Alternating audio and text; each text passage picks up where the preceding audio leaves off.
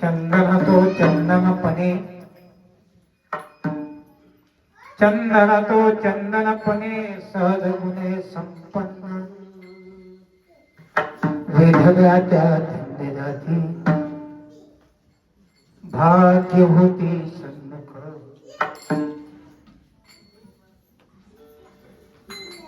परिसांगी परिसपन बानोनिया राहिले, वेधल्या त्या धन्य जाती भाग्य होती सन्मुख. स्वर्ग म्हणे बघा, तुका म्हणे कैची खंती,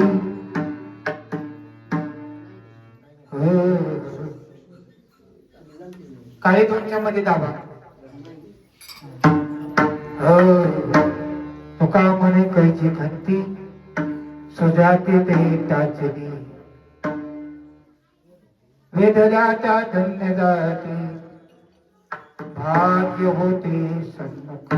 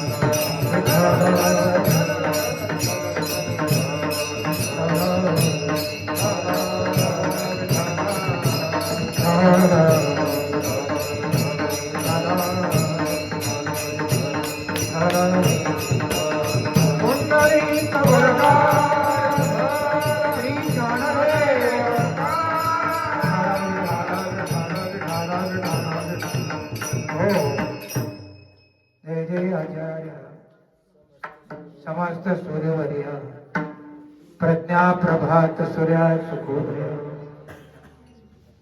विश्व विकासित मुद्रा दया सोडी तुझी योग निद्रा, दया नमो जगनेंद्र.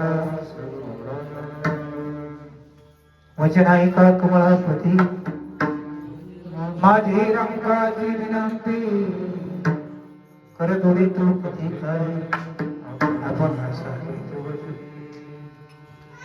चंदन तो चंदनपणे सहज गुणे संपन्न, वेधल्या त्या धन्य जाती भाग्य होते सन्मुख. प्रस्तुत सेवेसाठी घेतलेला अभंग जगतमान्य जगद्गुरु तुकोबर यांचा संत प्रकरणातील हा 4 चरणाचा अभंग आहे आणि माझ्या 50 वर्षाच्या कालावधीत मी तो पहिल्यांदा आज घेतलेला आहे. यापूर्वी या अभंगावर चिंतन केलेलं नाही. आता बसले हरिपाठ सुद्धा पहा म्हणलं, मोबाईल पहा, त्याच्यामध्ये अभंग करा. माझ्या 2 चरण पाठही नाही, तेवढ्यात भेटा बंदोबस्त ते माझ्या लक्षात आले. काय परिसांगे परिस्पन बांधून राहिले, तुका म्हणे कैची कंती, सुजाती ते टाचली. हे 2 चरण माझ्या पाठच नव्हते, पण ते तोपर्यंत झाले. ठीक गोष्ट आहे. पूर्वी 50 वर्षापूर्वी हे पाठ झालेलंच होतं, पण विस्मरण झालं. आज निमित्त कारण आहे. एकादशी सालावत प्रमाणे महिन्यापेक्षा दरमहाप्रमाणे एकादशीची वारी, तो आजचा दिवस आहे. उद्या भौंचा निर्वाण आहे, म्हणजे भौंनी देह सोडलेला आहे. आणि तो दिवस शेडल्याचा काळ जो आहे तो उद्या आहे. आणि परवा आपल्याला काल्याच्या कीर्तनाने या कार्यक्रमाची सांगता करायची. तसा विचार केला तर साधूला या पुण्यस्मरणाचं काही घेणं देणं नाहीये. परंतु जे साधक आहे, जे अधिकारी आहे, जे मुमुक्ष आहे, त्याच्या योग्य वाटचालीसाठी पुण्यस्मरण करणं अतिशय गरजेचं आहे. याच्यामध्ये साधकाची उन्नती आहे. कोणाची? साधकाची उन्नती आहे. अरे सूर्य प्रकाशितच आहे, हे निर्विवाद आहे, पण त्या सूर्याच्या संबंधाने सूर्यकांतपणे मनी फुलवणे ही खरं भाग्य आहे. असे काय भाग्य आहे? देहाचे विविध किरण संगे उन्मेष सूर्यकांत म्हणजे मितले जाळीत असे डांगे संसाराचे.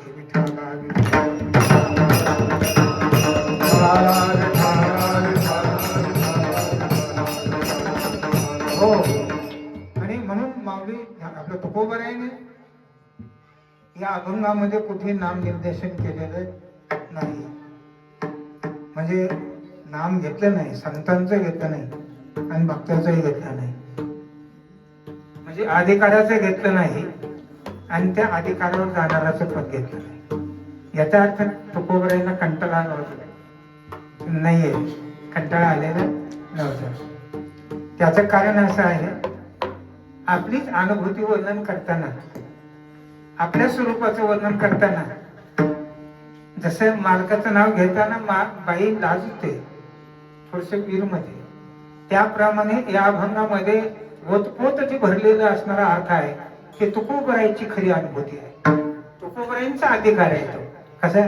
ते सहजच आहे. साधू सहज असतो. साधूला काही सायास करावा लागत नाही. साधू सायास करत असतो, तो निमित्त कारण असतो. साधूला परमार्थाचं जे सायास आहे ते निमित्त कारण साधू येतानाच तो कशासाठी आलेला आहे तर जगाच्या कल्याणासाठी, जीवाचं कल्याण होण्यासाठी साधू अवतीर्ण झालेला आहे. काय झालेले? खाली आलेले. त्याचा अर्थ असा आहे ते स्वरूपावरतीच आहे, परंतु त्याला जीवासारखं, जसं मागे 25 वर्षापूर्वी आपल्याला त्या तलाठी नेमले होते. तलाठी ग्रामसेवक नेमले आणि ते ग्रामसेवक गावी यायचे, ग्रामीण भागामध्ये यायचे.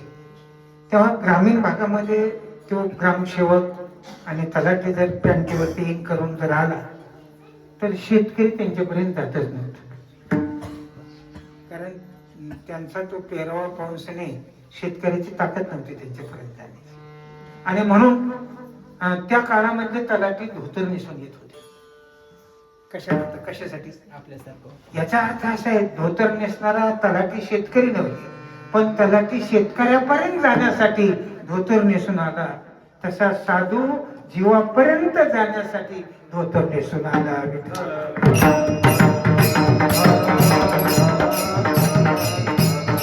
हो, धोतर नेसल्यामुळे तलाट्याचं वजा काही झालं नाही, पण शेतकऱ्याचे काम झाले. शेतकरी तलाट्यापर्यंत गेला आणि तलाट्याची कामं कारण असं आहे, त्याच्यामध्ये मिसळण्यासाठी तलाट्याने तो प्रयत्न केला. हे तुमच्या सगळ्याच्या लक्षात असेल, परंतु तुमच्या लक्षात जरी असलं तरी लक्षात येणं अवघड आहे. विठाल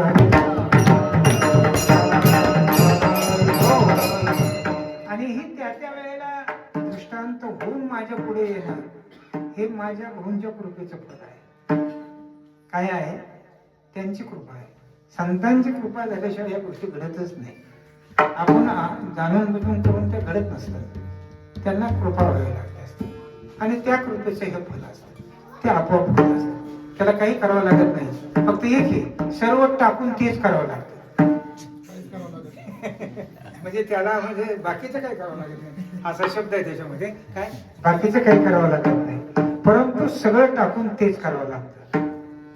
ते सर्व टाकावं, त्याला प्रमाण आहे. सर्वसंगी विठाला, सर्वसंगी विठाला.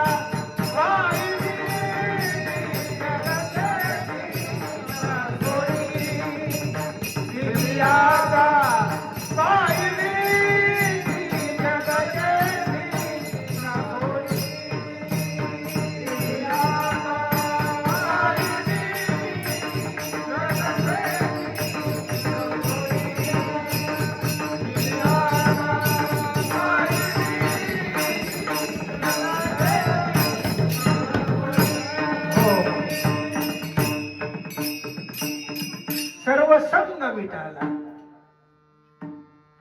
काय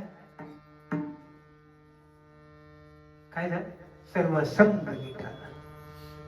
म्हणजे एसटी मध्ये प्रवास करत असताना एखादी नवीन भाषी जर त्या बसमध्ये बसते तर तिला आपोआप फिरतात आणि तिची वांती होते.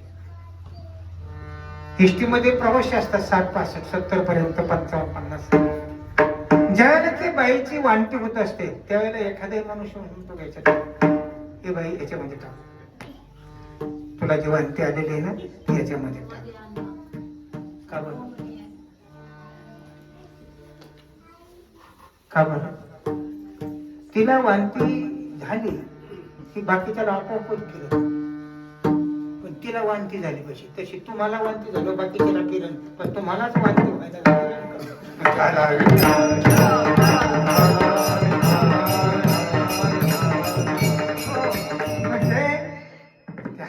जो अधिकारी आहे त्यालाच जर वांती व्हायला, तो जर वांती पुन्हा पुन्हा भरीत हो. अरे जी भोगलेला आहे म्हणजे जी भोगलेला आहे तेच तेच पुन्हा भरितो, तेच तेच भरितो. अरे सगळ्यांनी चगळून टाकलेला संसार तो भरायला निघालेला आहे. अधिकारी जीव नव्हे, तडून पडलेला आहे परमार्थात आलेला जीव. जे भोगलेलं आहे, जे सांडलेलं आहे, जे अनेकांनी भोगलेलं आहे, चगळून टाकलेलं आहे, चोथा झालेला आहे, त्याच्यावरती तडून पडलेला आहे तो जीव आहे. त्याला वेगळं करण्यासाठी साधू आहे.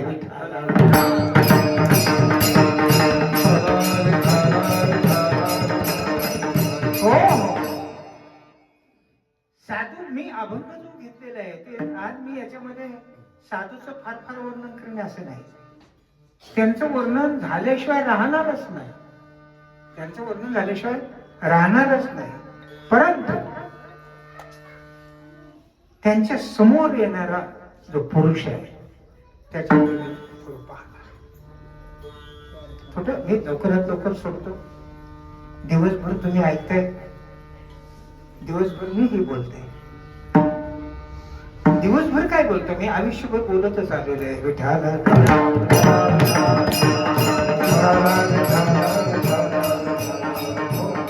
मी प्रारंभामध्ये थोडा एक दृष्टांत म्हणून घेतलेला आहे. काय? सूर्यकांत फुलगे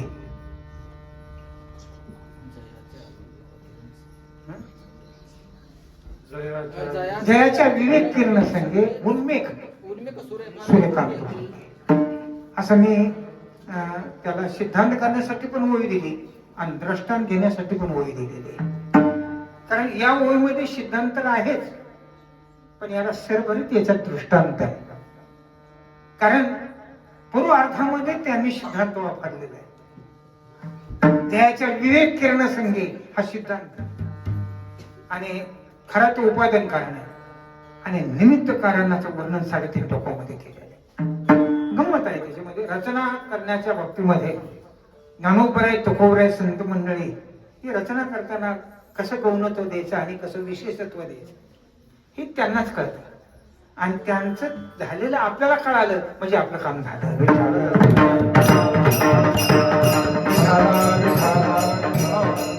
इथे नगर जिल्ह्यामध्ये पारनेर तालुक्यामध्ये रांजण गाव आहे.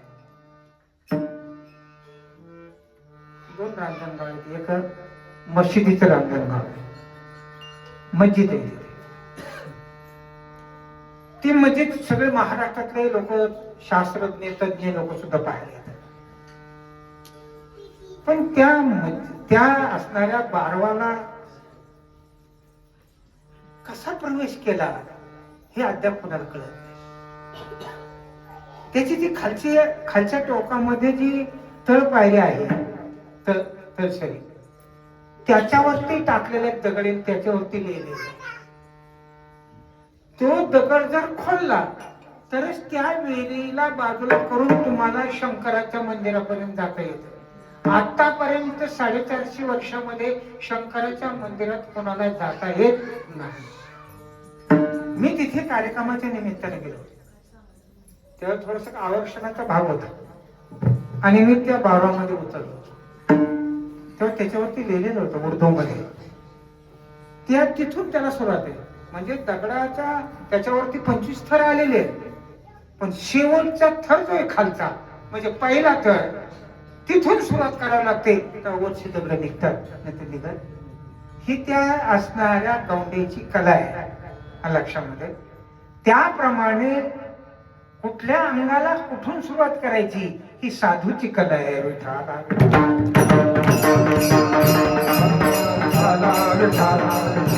हो, सूर्यकांत शब्दाचा अर्थ एक जड खडा आहे. काय आहे? जड खडा आहे. जसा दगड आहे तसा एक खडा आहे. परंतु जरी तो दगड वाटत असला तरी तो दगड फक्त निमित्त कारणाची वाट पाहत असतो. चिंतनाला प्रारंभ झालेला बरं का. मी उपक्रम करत वेळ बसणार नाही. त्या खड्यामध्ये शक्ती आहे. कशाची? की निमित्त स्वीकारून उपादान बाहेर पडण्याची. लक्षात येतं मी काय म्हटलं? त्या असणाऱ्या खड्यामध्ये म्हणजे त्या सूर्यकांतामध्ये एक अशी अद्भुत शक्ती आहे की तो आपोआपच अग्नी बाहेर काढतो. पण रात्री पहाटे नव्हे, त्याला दुपार असावी लागते. कारण त्याच्यातला अग्नी बाहेर पडण्यासाठी सूर्यकिरणाची गरज आहे. मग सांगा, याच्यातला सूर्य महत्वाचा आहे का सूर्यकांत महत्वाचा?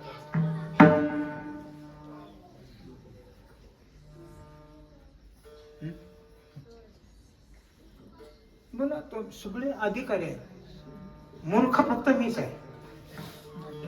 म्हणजे एवढे अधिकारी असताना देखील मीच उभा राहिलो. एक एकाहून बळे आहेत सगळे.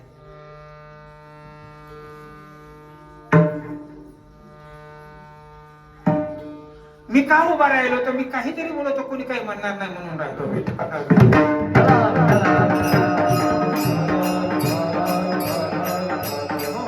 लक्षात आलं तुमच्या मी काय म्हटलं ते? याच्यामध्ये तो सूर्य महत्वाचा आहे का सूर्यकांत महत्वाचा आहे?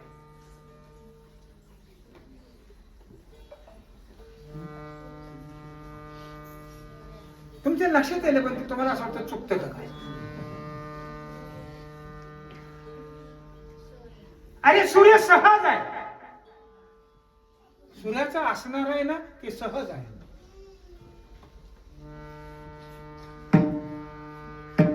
पण सूर्यकांत म्हणण्याचं सहज नाही, त्याचं भाग्य आहे.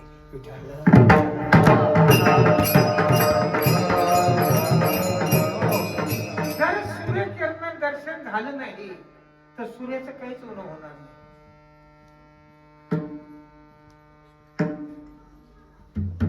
सहज गुणे संपन्न, सहज गुणे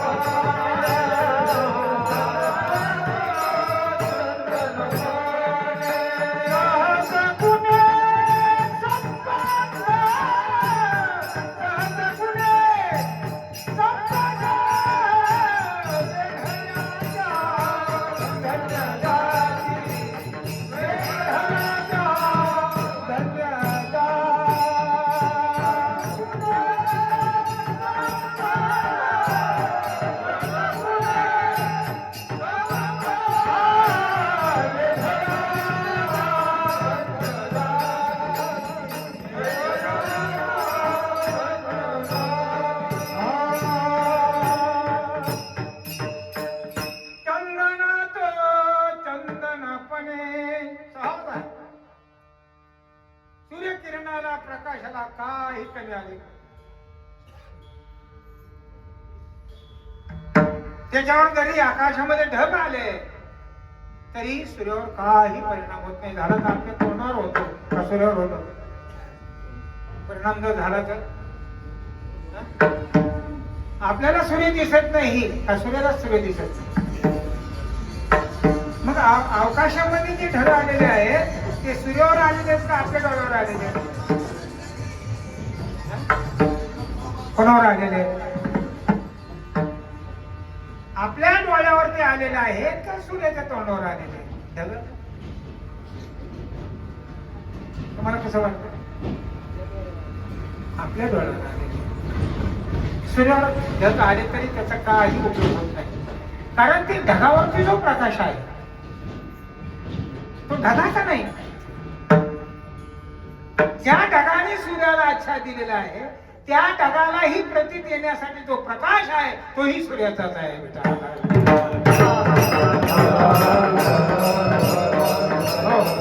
मग सूर्य आच्छादिनासारखा वाटत असतो, त्याच्यावरती आच्छादन होऊ शकत नाही आणि म्हणून सूर्यावर काही परिणाम होत नाही, ढगाचाही परिणाम होत नाही. आणि जरी त्याला सूर्यकांत भेटला नाही तरीही सूर्यावर काही परिणाम होत. पण तोटा कोणाचा होतो? सूर्यकांत म्हणण्याचा तोटा होतो का सूर्याचा तोटा? त्याप्रमाणे या भूतलावरती साधू अवतीर्ण होऊ नये, साधूचा काहीच तोटा होत नाही.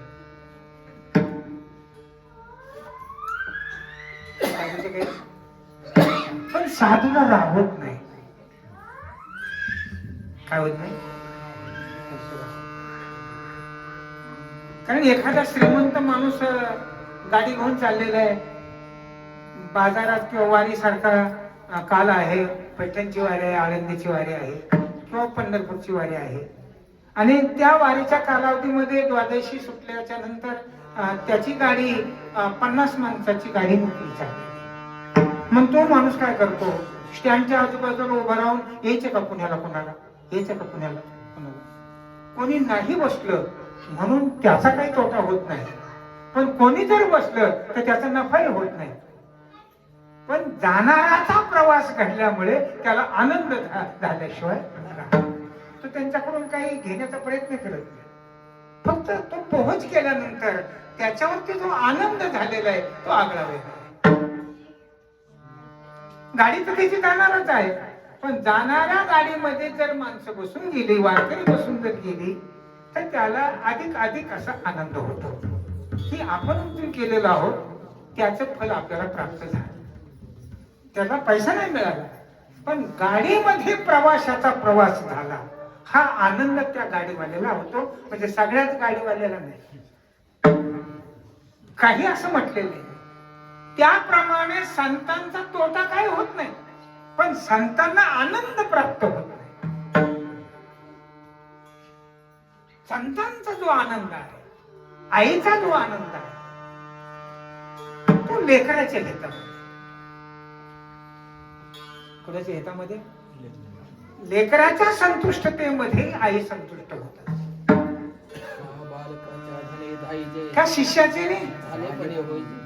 एकंदरीत साधूला जो आनंद आहे तो शिष्याच्या तृप्तीचा आहे.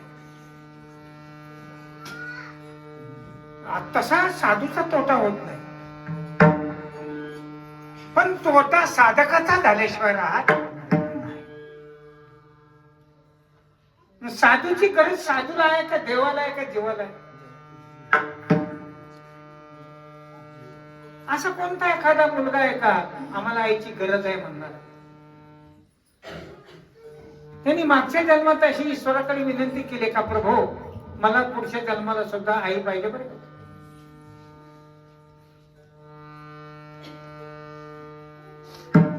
तुझ्या असणाऱ्या दुधाची काय किंमत होते ते घेऊन टाक म्हणणारे मुलं या महाराष्ट्रात.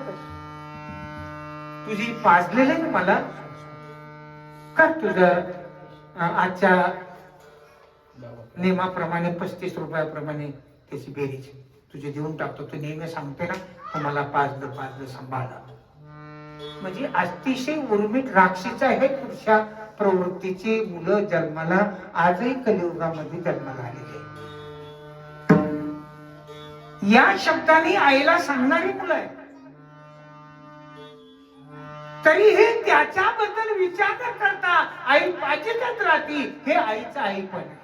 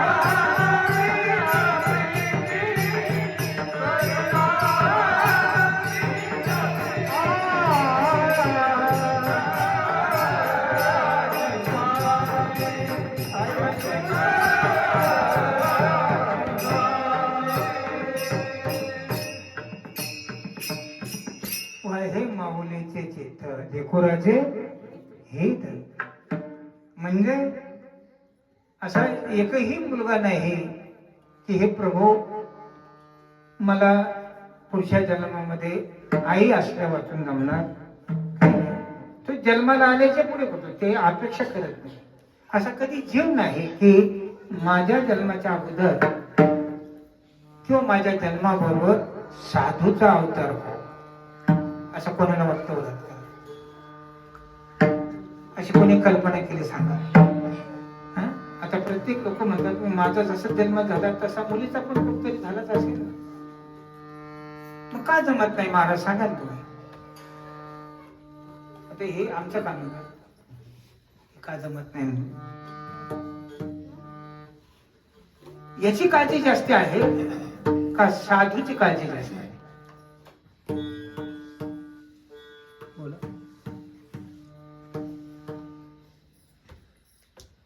उद्या सकाळी खायला मिळेल का याची काळजी आहे का उद्या मला देव प्राप्ती होईल का साधूची प्राप्ती होईल का याची काळजी आहे? काळजी नसतानाही सांगणं ही खरी त्याची काळजी आहे. मी ठाणदार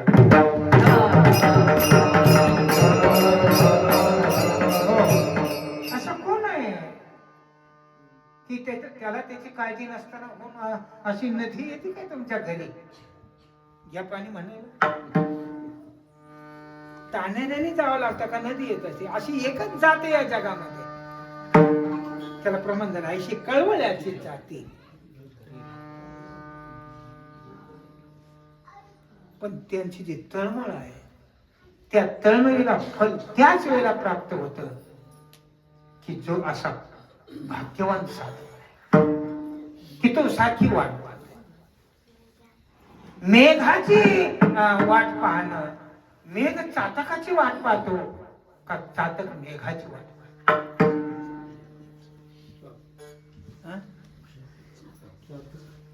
चातक पाहतो.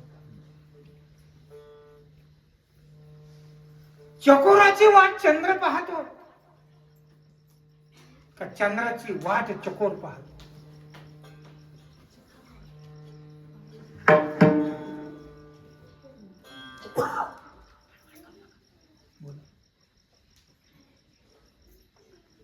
बोला ना. चकोर वाट पाहतो चंद्र उगत. चंद्र उगतच असतो. वाट पाहणं हा अधिकार आहे. येतच असतो. एकादशी येतच असते, पण एकादशीची वाट पाहणं हे काम आहे आपल्याला. एकादश कुठे जाणार नाही. द्वादशी आली की एकादशी येणारच आहे, पण तिची वाट पाहणं. दिपाळीला आई वडिलांकडून माहेराला जाण्यासाठी कुणीतरी येतच असत, पण तिची वाट पाहणे हे लेखीचा स्वभाव असतो. त्याप्रमाणे साधूची वाट पाहणं हे जीवाचा स्वभाव असतो.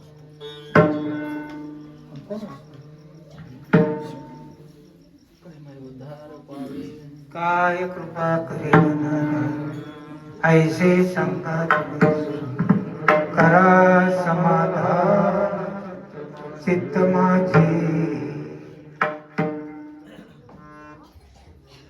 कै खंड येईल कर्म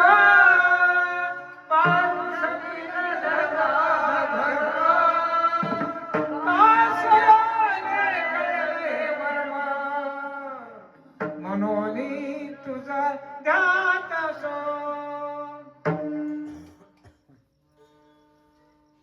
कधी कधी कर्म खंडेल माझे. कशाने धर्म आणि धर्माला पारुषपणा येईल? पारुष केलं धर्म अधर्म, धर्मही पारुष येईल आणि अधर्म. याच्यावरती खूप खूप चिंतन आहे. ठीक आहे बाबा, अशी कोण वाट पाहत?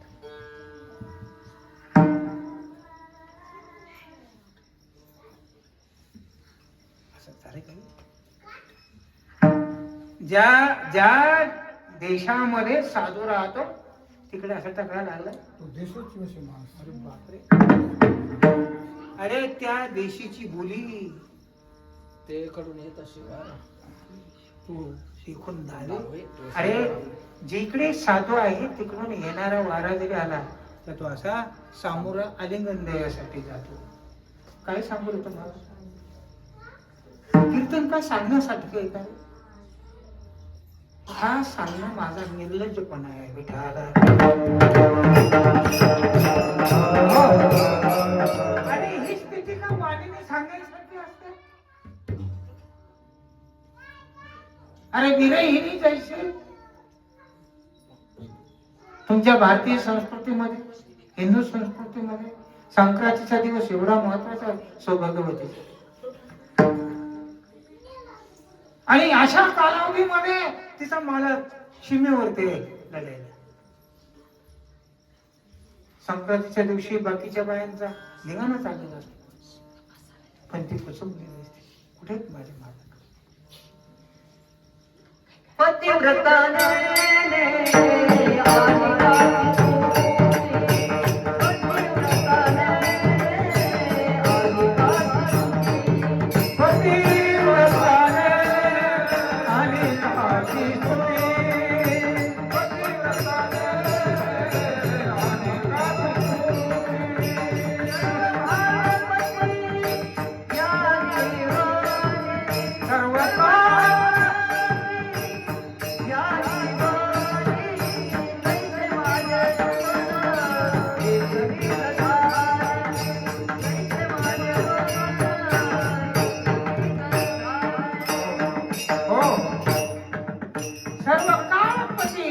ध्यानी ध्यानात तेच आहे आणि मनातही दुसरं ध्यान करायला ते तयार नाही. किती हानी होते. तिच्या समोर 5 किलो तुपाची बरणी पालती होती. अशी डोकून सोड. अरे अरे अरे असं सुद्धा करत नाही का? तिला त्या हानीचा काही पर्वा नाही आणि किती लाभ होऊ द्या त्याची तुला गरज नाही. तिला विरह आहे कोणाचा? अशा पद्धतीने ज्याच्या मनामध्ये त्या साधू बद्दलची अर्थता तयार झाली. कोणी असा मासोळी पैसा तुका असं कोण? असं कोण आहे अर्थ बोल?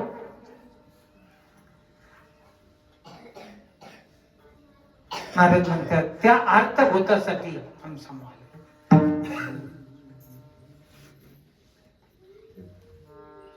काय म्हणले?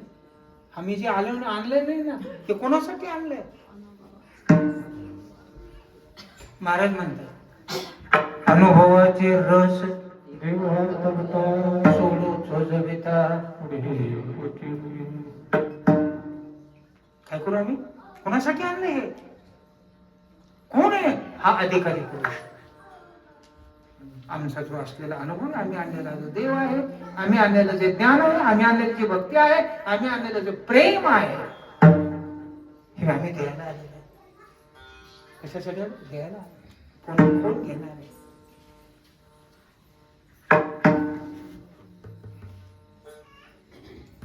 कोणाला वीट आलाय बाकीच्या आणि त्याचीच वाट पाहतो. भक्ती भावे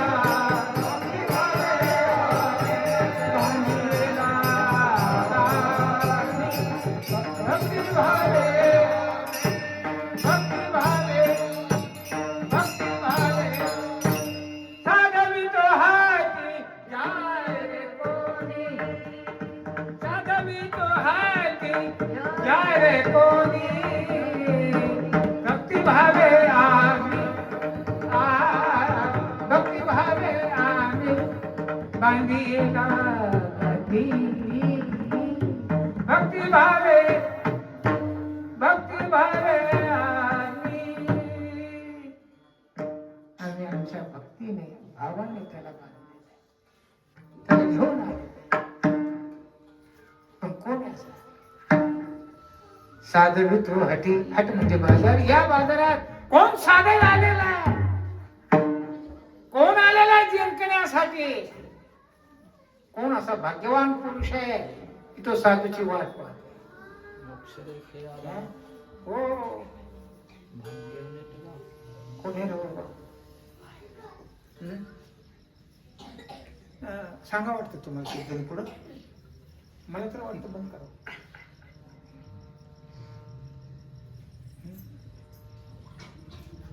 आणि चकोर निगती दोन की किंवा वीची ती म्हणू मवाळे. बापरे बापरे बापरे. अरे ते तलगे एवढी तृप्त झालेली असतात, निमग्न झाले ते वेचण्यासाठी. याच एकंदरीत माझा बोलण्याचा जो आशय आहे, हेतू आहे, तो हेतू जो आहे तो माझा हेतू. असा कोण पुरुष आहे की या मृत्यू लोकांमध्ये येऊन अमर स्थिती भोगण्याची इच्छा आहे? लोक मृत्यू आहे पण साधूची जर भेट झाली तर या मृत्यू लोकातला उच्चांग जो आहे ती अमर आहा अमर आहा खरे की ही स्थिती भोगायची. कोणामध्ये? या मृत्यू लोकांमध्ये. लोक मृत्यू आहे, पण जर तुम्हाला यथार्थ साधूची गाठ पडली तर तुमची अमर स्थिती प्राप्त होते. हे तुम्हाला शंका असेल तर पहा, खरे की पहा खोटे ते खरे की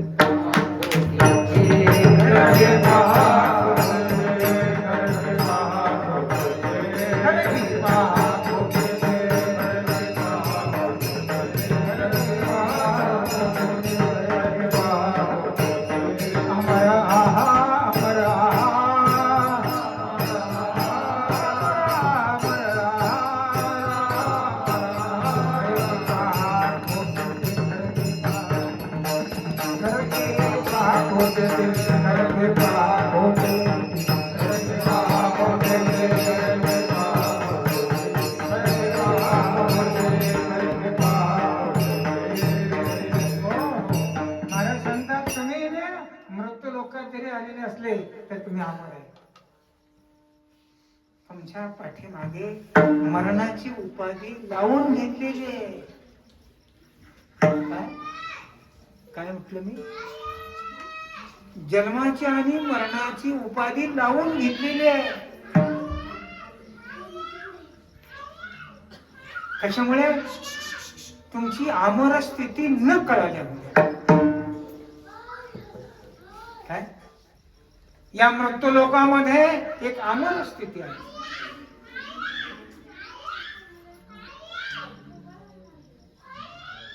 आणि ती अमर स्थितीचं ज्ञान करून देण्यासाठी साधूची नियुक्ती. साधू भात खायला काय कोणी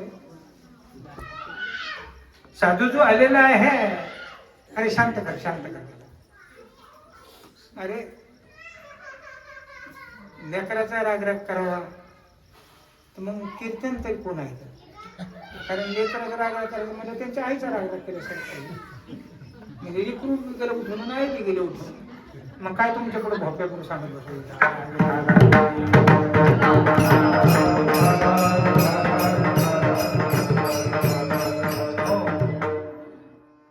या मृत्यू लोकांमध्ये अशी एक आगळी वेगळी वस्तू आहे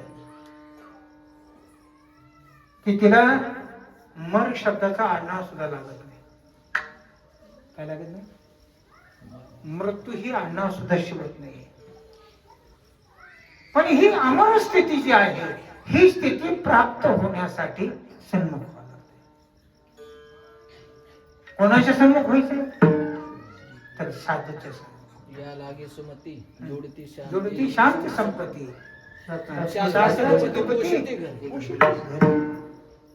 हो. मग आता सगळं चालत आहे. हे का करायचंय?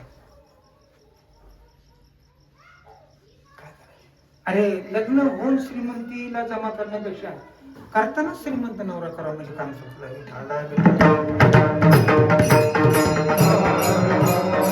लग्न झाल्यावर श्रीमंती जमा करण्यापेक्षा चांगले ते वाटोळ करण्यापेक्षा पण श्रीमंतच जर नवरा पाहिला तर फक्त बसून खायचं, काहीच करायचं नाही. ते काही सगळ्याला जमत नाही, एखाद्यालाच जमते. त्याप्रमाणे हे जमा करण्यापेक्षा ज्याच्याकडे जमा झालेलं आहे त्याचं सगळं गाठ बांध. ज्याच्याकडे मोक्ष आहे, ज्याच्याकडे देव आहे, ज्याच्याकडे आनंद आहे, ज्याच्याकडे सुख आहे, ज्याच्याकडे भक्ती आहे, ज्याच्याकडे प्रेम आहे, ज्याच्याकडे भाव आहे, ज्याच्याकडे ज्ञान आहे, ज्याच्याकडे मोक्ष आहे त्याची गाठ घाल.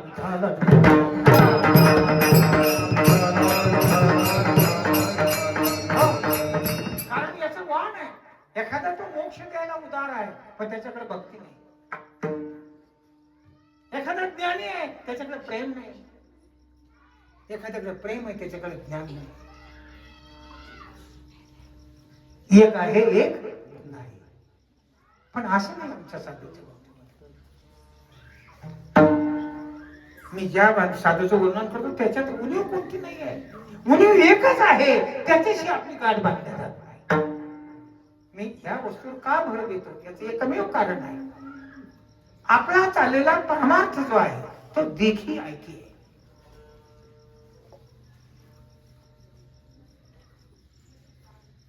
असं कधी आईला पिताना लेकरून एखाद्या लेकराला विचारून आलं का दोघं प्यायला आईला? मालकाच्या शिजेवर जाताना एखाद्या अर्धगणी कोणाला विचारून आलं का दोघं तिकडे? नाही न सांगता घडतं का सांगावं लागतं? इथेच का सांगावं लागतं? का सांगावं लागतं? याच ठिकाणी का सांगावं लागतंय? बरं, सांगूनही त्याचा उपयोग होतोय का? याचा अर्थ आहे अनाधिकारीपणा. आणि म्हणून परमार्थामध्ये मोक्ष मिळवायचे नाही, देव मिळवायचे नाही, देव मिळवण्याचा अधिकार मिळवायचा, मोक्ष प्राप्तीचा अधिकार मिळवायचा.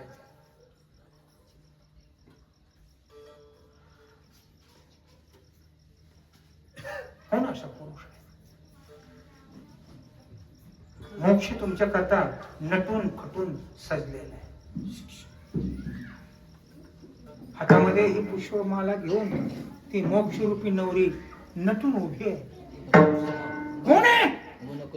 गुणकुसुमाची माळा हाती घेऊन मुक्ता बाळा, वैराग्य निरपेक्षाचा कळा दिवशी 26 गुणांनी युक्त पुरुष. किती गुण सांगितले? 26. 3 श्लोकामध्ये. आणि त्या 26 गुणांनी तो युक्त पुरुष आहे. त्याच्या गळ्यात वरमाला घालण्यासाठी ती तत्पर आहे. ती वेळी झालेली आहे. कोण वेळी झाली? अरे मुक्तरूपी नवरी वेळी झालेली आहे. कोण भेटतो तुला असा वर, असा बहादर कोण आहे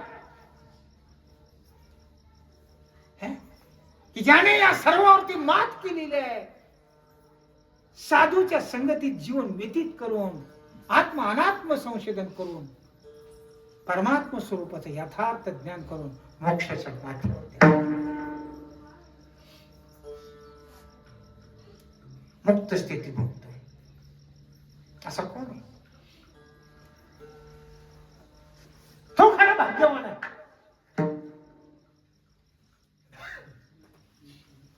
अरे साधू सहजच आहे. साधू आपण साधू व्हायला निघालो का? साधू आहे आपल्या वाटतं आपण साधूच आहे. म्हणजे शाळेत गेलेला वाटतं मी साहेबच आहे. शाळेतलाच साहेब होत असतो, पण साहेब नाही. तू चालला शाळेत, तू विद्यार्थी आहे. तू चलत चलत गेला तर साहेब होशीलच. शाळा साहेब होण्यासाठी आणि शाळा खुराकी व्हायसाठी. तुम्हाला जर विचारलं तर तुम्हाला उत्तर देतो येईल शंका. शाळा गुराखी व्हायसाठी का साहेब व्हायसाठी?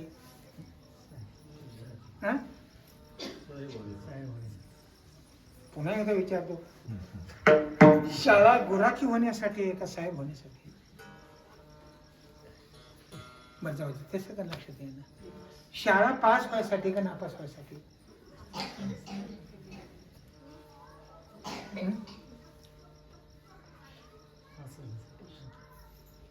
सोपं तुमच्या लक्षात येईना का?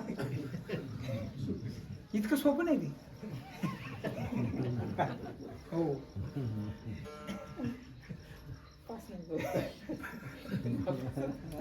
दवाखान्यात माणूस नीट व्हायला गेला की मारायला गेला. उत्तर शोधणं अवघड आहे. कारण सगळेच मरत नाहीत, सगळेच नीट होत नाही. सगळेच पास होत नाही, सगळे नापास होत नाही. पण नापास सुद्धा व्हायला कुठे जावं लागतं? मग असं काय बॉम्ब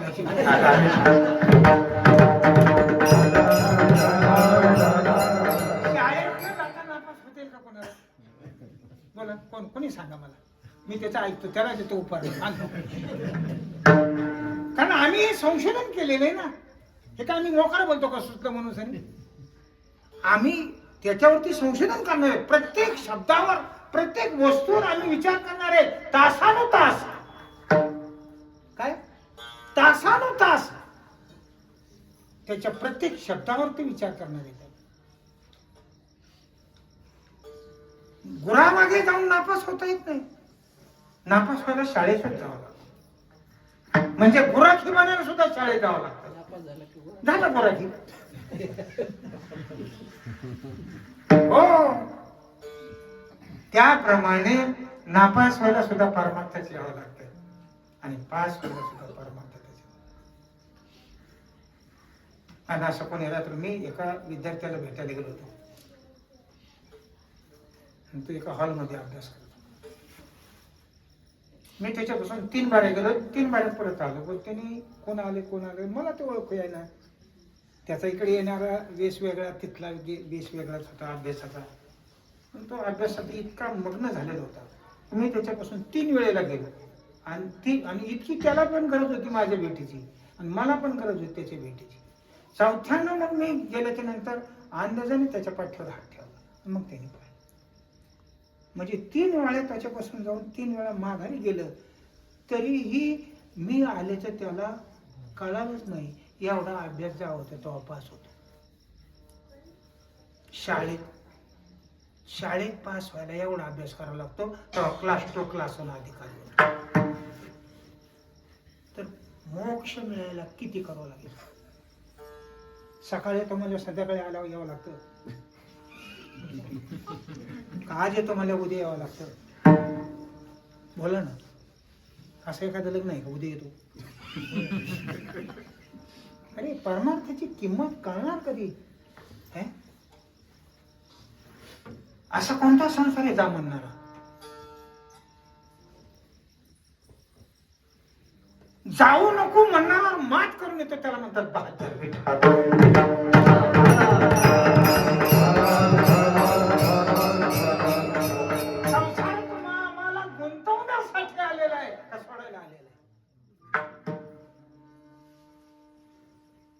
श्रीराम राम जय जय राम, श्रीराम राम जय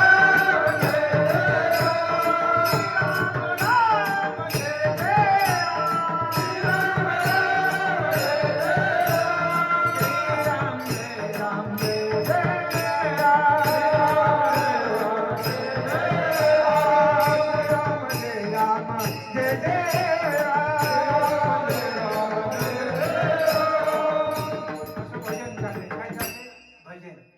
आणि मारुतीला डोंगर घेऊन चालले. ती वल्ली घेऊन लक्ष्मणाला शक्ती लागली ना द्रोण आणि खाली चालले. श्रीराम राम जय जय राम, श्रीराम राम जय जय राम, श्रीराम राम जय जय राम, श्रीराम राम जय जय राम, श्रीराम राम जय जय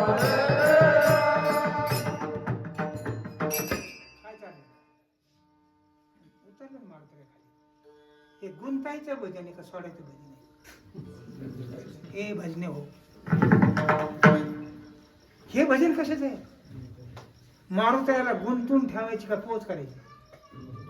बोल ना. श्रीराम राम जय जय राम, श्रीराम राम जय जय राम, राम जय जय राम, श्रीराम राम जय जय राम, श्रीराम राम जय जय राम, श्रीराम राम जय जय राम, श्रीराम राम जय जय राम, राम जय जय राम. भजन वाईट आहे? भजन वाईट आहे? पण ते चाललेलं जे भजन आहे ते मारुतीसाठी चांगलं आहे का वाईट सांगा?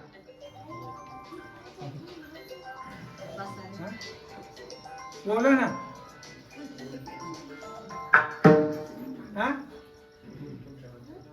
मारुतीला गुंतून ठेवायचं भजन आहे हे का पोहोच करायचं भजन आहे?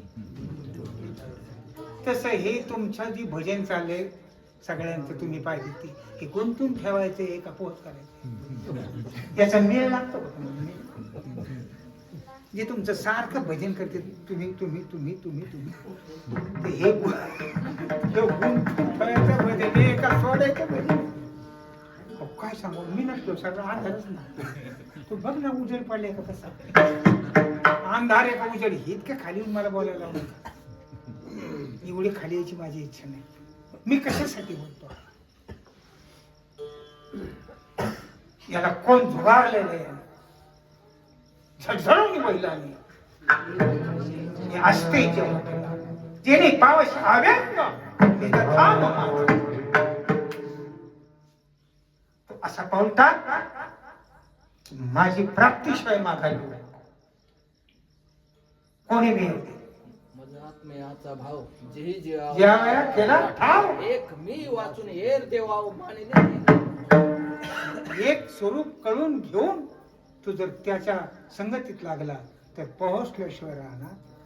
अरे निघायचीच गरज नाही, निघायच्या अगोदर पोहोचलेले काय काय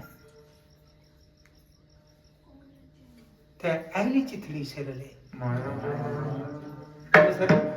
त्याला पलीकडे नाही जायचं. ही छोटी बात आहे काय, ही खोटी बात आहे. पलीकडे जायचं. मी दुपारच्या चिंतनामध्ये त्याच्यावरती सकाळच्या चिंतनात मांडला तो विषय की जी तुमच्यावरती विवर्त आहे हे विवर्त खोट आहे असं म्हणून चालत नाही आणि हे विवर्त खरं आहे असंही चालत नाही. आता हे तुमच्या किती डोक्यामध्ये आहे सकाळचं चिंतन ते मला नाही सांगत. म्हणून ते जे लटका आहे, जे काल्पनिक आहे, जे विवर्त आहे, त्याला विवर्त करण्यासाठी अधिष्ठानाचा यथार्थ होणं गरजेचं आहे. विवर्ताचं ज्ञान होऊन ते विवर्त प्रतीला जरी येत असलं तरी त्याचं सत्य तो मिथ्यत्व तो मिटवू शकत नाही. संसार लटका आहे असं म्हणणं आम्ही स्वीकारणारच नाही. लटका म्हणण्यासाठी सत्य वस्तू तुझ्या काय हातात तो कोण म्हणणारा लटका? लटका म्हणणे इतकं सारं सामान्य गोष्टी घेते. संसार लटका म्हणायला, संसारात गुंतलेला माणूस संसार लटका म्हणतो, ही निर्लज्जपणा आहे का काय? हे लटका संसार, अरे संसाराच्या लटकेपणा कोण त्याची सिद्धी होत नाही. सत्य परमात्म्याचं ज्ञान व्हावं लागतं, लटका आपोआप जाता असतो. लटक्याचं ज्ञान होतं कामा नाही, लटक्याचं ज्ञान तुम्हाला गुंतून ठेवलं. सत्य वस्तूचं ज्ञान झाल्या त्याच क्षणामध्ये लटकं संपलं. अधिष्ठानाच्या ज्ञानाने अध्यस्थाची हो. आणि म्हणून दोघा नवरा बायकोने विचार केला. एका खोलीमध्ये लाईट नव्हती, अरण्यात घर बांधलेलं, प्रकाशाचा अभाव झाला म्हणून दोघा जणांनी पातळ धरलं आणि अंधार फेकायला सुरुवात केली. दोघांनी ती जाळं लावली आणि पाण्याला जाळं लावलं आणि घरामध्ये ते साडीची जाळं लावायची आणि अंधार जाळे घ्यायची आणि रस्त्याच्या दरवाजाच्या बाहेर फेकायची. त्यांनी कुठून कुठून कुठून कुठून रात्रीत अंधार फेकला. आणि त्याला काय नाही म्हणला प्रकाश आता सूर्योदय प्रकाश होता का कुठून कुठून विनाकारण कुठा होता का कुठून कुठून प्रकाश होता? अरे अंधार फेकून जात असतो का? का तर फेकण्यासाठी अंधार असावा लागतो. बरं खेळे का ते? अरे बरं काय त्याला फेकायचंय ना, ते असावं लागतं. अंधार असलेलं का नसलेलं? 100 बरे ऐकून ऐकून पाठ केलं, गुंता करून टाकी नको तुम्ही म्हणजे ऐकून ऐकून नाही त्याचा निर्णय झाला पाहिजे. अंधार हा सत्य नाही आहे, अंधार नाहीच आहे, प्रकाशाचा अभाव म्हणून प्रतीती आहे. त्याप्रमाणे परमात्मा स्वरूपाचं यथार्थ ज्ञान नसल्यामुळे संसाराचं सत्य प्रतीती. त्याला सत्य करण्यासाठी सुद्धा त्याच परमात्म्याचं सत्यत्व आहे. आणि म्हणून संसार लटका म्हणल्याकडून त्याचं ज्ञान होत नाही, तर त्याला सत्य वस्तूचं ज्ञान व्हावं लागतं. त्याला लटकं मानण्याची गरज नाही. पण लटकं जातच नाही बघा, लटकं गेल्यासारखं वाटत असतं. तुम्हाला एक दृष्टांत सांगतो. लवकर सोडतो आता काव सोडतोय कोण होतो लवकर सोडतोय माझं पाठ झालंय, सोडायचं पाठ नाही मिठा.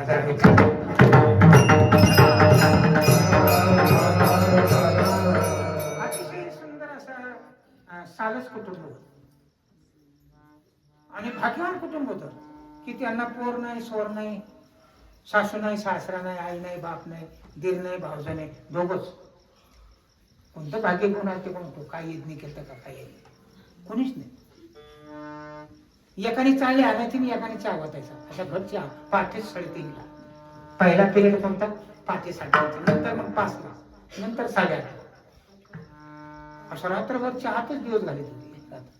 का झोप येत नाही. मग त्यावेळेस एक माणूस असा अचानक चालता चालता त्यांच्या आधाराला गेला. तो यांचा चहा गाळायचा काम चालू. द्या पाहुण्या अचानक आले, द्या. त्याने थोडं थोडं घेतलं आणि याला कप भरून दिला. चहा प्यायला त्याचा हॉटेल होटची चिकटला तर त्यांनी चिमटा लावून काढली. एवढा चहा सुंदर आणि घट्ट होता. ती इथे प्यायची अपेक्षा करू नका, कारण एवढा चहा व्हायला अजून गायलेले नाही.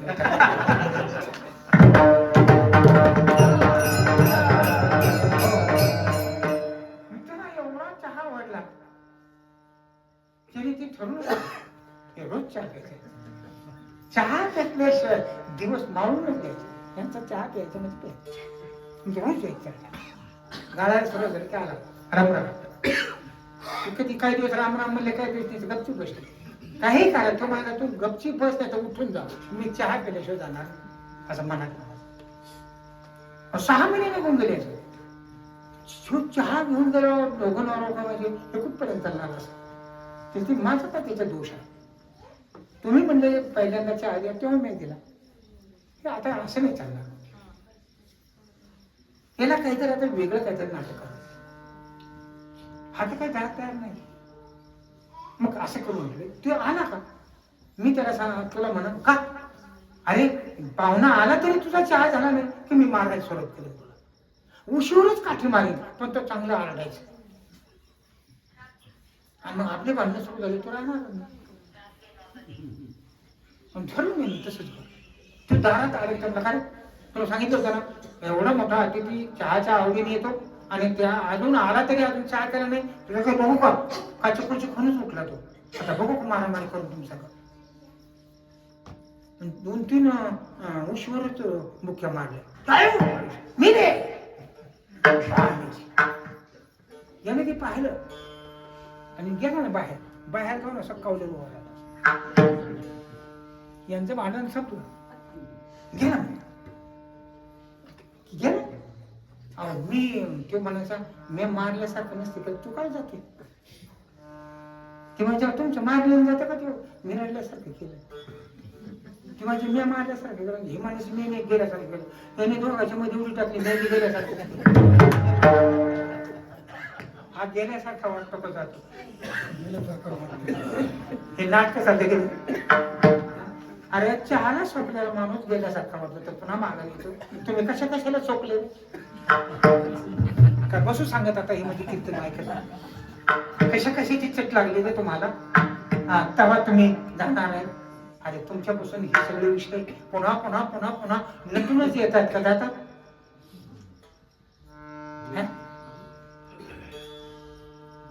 वेगळ्या वेगळ्या पद्धतीने नटून येतात. आंबा पिवळा होऊन येतो, खात वाटतो. खात नाही पैसे ना खाते एवढा खा. म्हणजे तो काय करणार आहे, कशाचा त्याग करणार. आणि महाराज म्हणतात या सर्व वस्तूचा तिरस्कार निर्माण होत नाही तोपर्यंत दिवा होत. जाता जाता सांगतो, जन्म देणाऱ्या आई वडिलाला सुद्धा डोळ्याच्या पाण्याने निरोप देत मुलगी पायटी करते. पलीकडे मालकाच्या पाठी रडते, आरडते, बोंबलते, हंबाळा करते, पण पाय कुंकट टाकते. तिला माहिती आहे इकडे आपला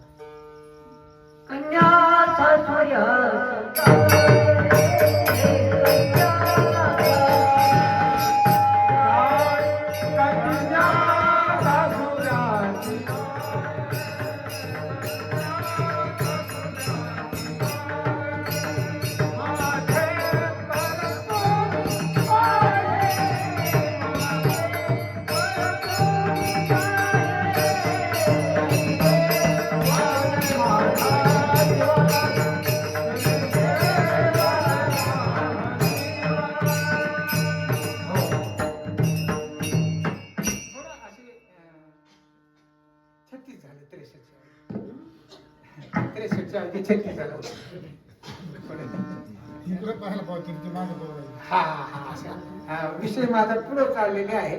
आणि तुम्ही मागं पाय लागले दुसरा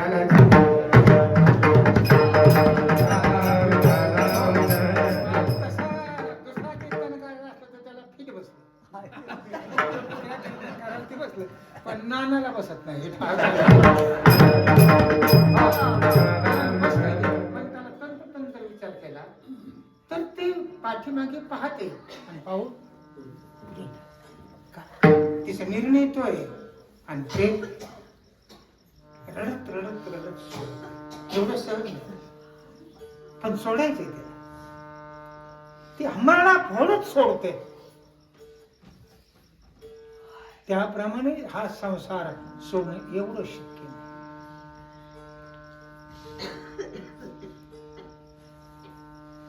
ती तुम्हाला रडवल्याशिवाय जाऊ देणारच नाही पण जर अधिकारी मुलगी होय तर ती सहज आईवडिलांच त्याप्रमाणे जो अधिकारी पुरुष आहे ना तो सहज या असणाऱ्या संसाराला सुटतो. आणि संसार सुटलेला आहे आणि त्या परमानंद स्वरूपाच्या प्राप्तीसाठी वेगळा झालेला आहे त्याला लागलेली ओढ आहे त्या संतांची तो खरा भाग्यवान या अभंगामध्ये म्हटले वेदजात्या धन्य जाती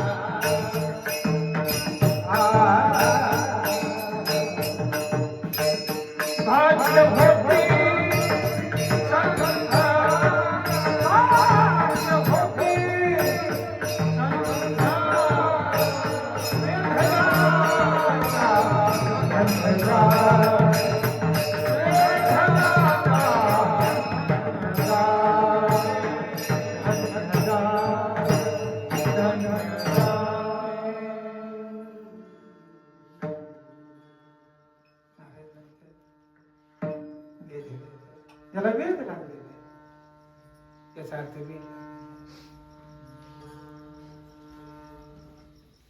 भेटीची आणि असं वेध लागलेला ओढ निर्माण झालेला अचानक अधिकारी पुरुषाची गाठ त्याच्या भाग्याला पारावर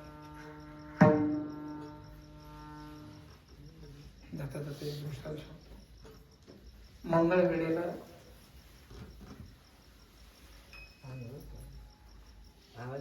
नाही आवाज भरपूर आहे. मंगळवेळेला एक साधू राहतो, तसे मंगळवेळेला अनेक साधू राहतात. आज पण मंगळवेळा साधू आहे. त्याही काळामध्ये मंगळवेळा साधू होते. त्यावेळेला चोखोबऱ्याचे आई वडील मंगळवेळेला राहतात. आणि प्रत्येक वर्षाला आंब्याचे दिवस आल्यानंतर तिथल्या पाटलाने आंबे उतरले की त्याच्यामध्ये 100-200 आंबे पाठीमध्ये भरायचे आणि चोखोबाच्या वडिलांना बोलून घ्यायचे आणि हे आंबे पंढरपूरला पोहोच कर असं सांगायचं. त्याने ती डोक्याची पाठी त्या आंब्याची पाठी डोक्यावर घ्यायची आणि ते आंबे पंढरपूरला पोहोच करायचं, असं त्यांचा सालाबाद प्रमाणचा नियम.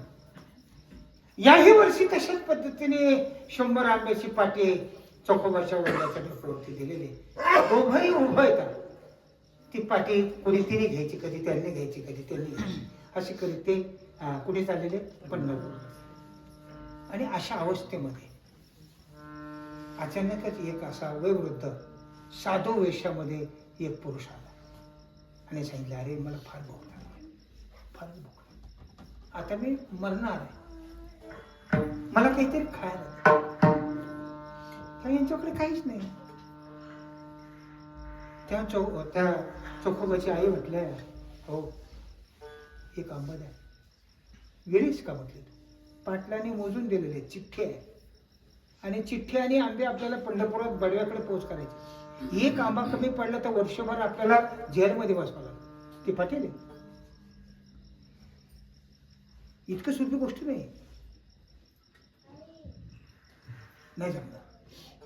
पण तू असं हात पोटाला टाकता येत नाही.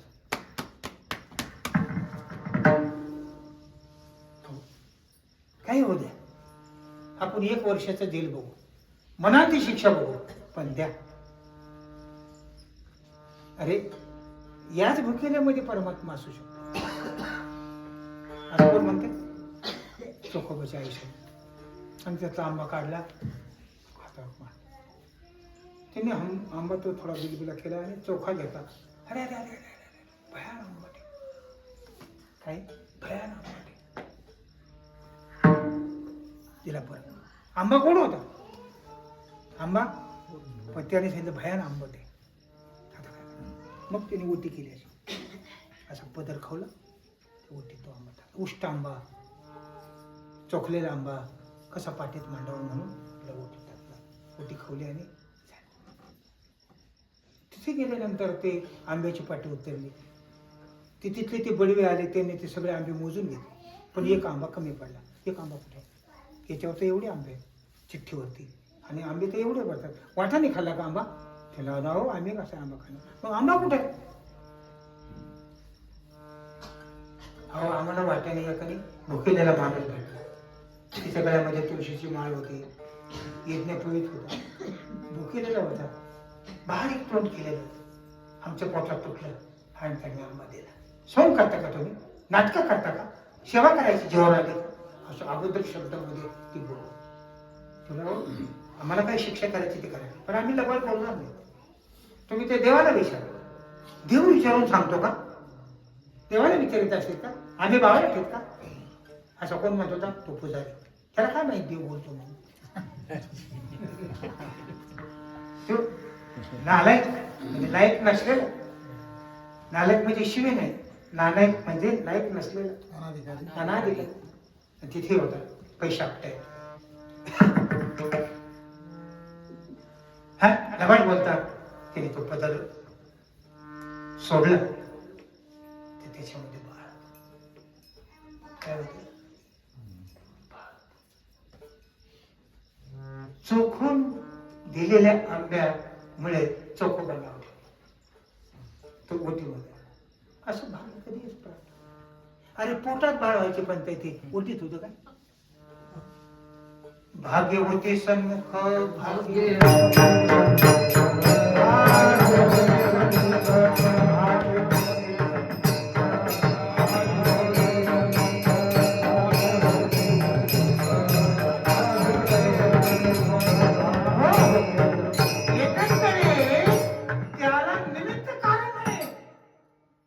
आंब्याचं भाग्य उदयाला आलेलं आहे.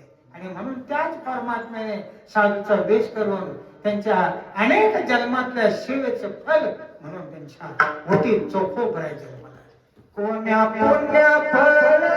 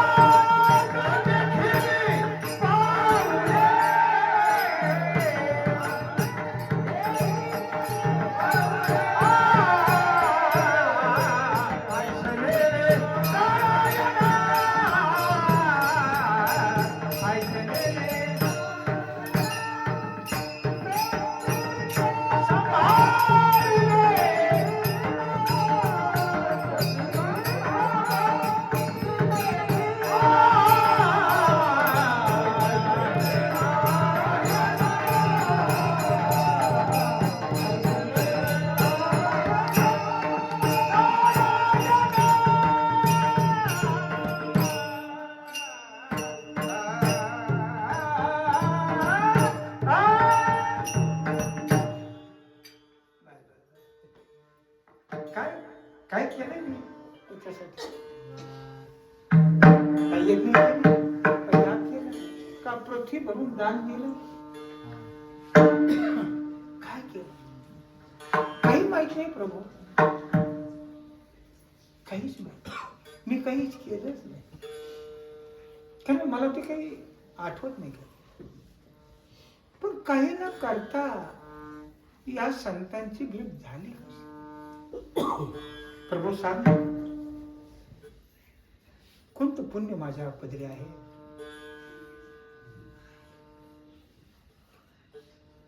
कोण पुण्य कोणागाठी ज्यासी ऐशियाची सिटी. कोणतं तुकोबारे सांगतात, काय करायचं वेळेला मी काय केलं नाही, माझ्याकडून काय करायचं राहिलेलं, का भेट होणार नाही? हो, तरी तो खबर सांगतात, परी नाही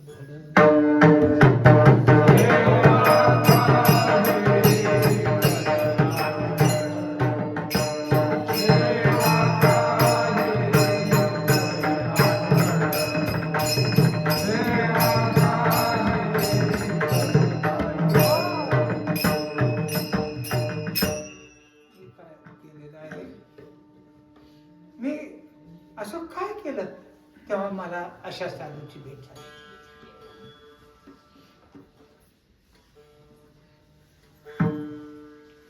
तुम्हाला सांगू, देव भेटायची अडचण नाही रे. समात्मा सुधरला. हो, बहुनाम जन्मनाम म्हणते 7व्या अध्यायात 19वा श्लोक. ज्ञानवान माम प्रपद्यते वासुदेव सर्वमेति स महात्मा सुदुर्लभ. हे तो विषयाची माझी कामक्रोधांच्या साखळी आणि मग साधू संगे सोडा बुजो सत्कर्माच्या वाटा अप्रवृत्तीचा वाटा.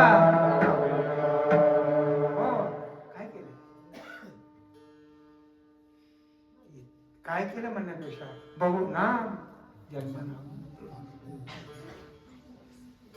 काय बहुनाम जन्मनाम म्हणते, अनेक जन्मामध्ये हेच केलं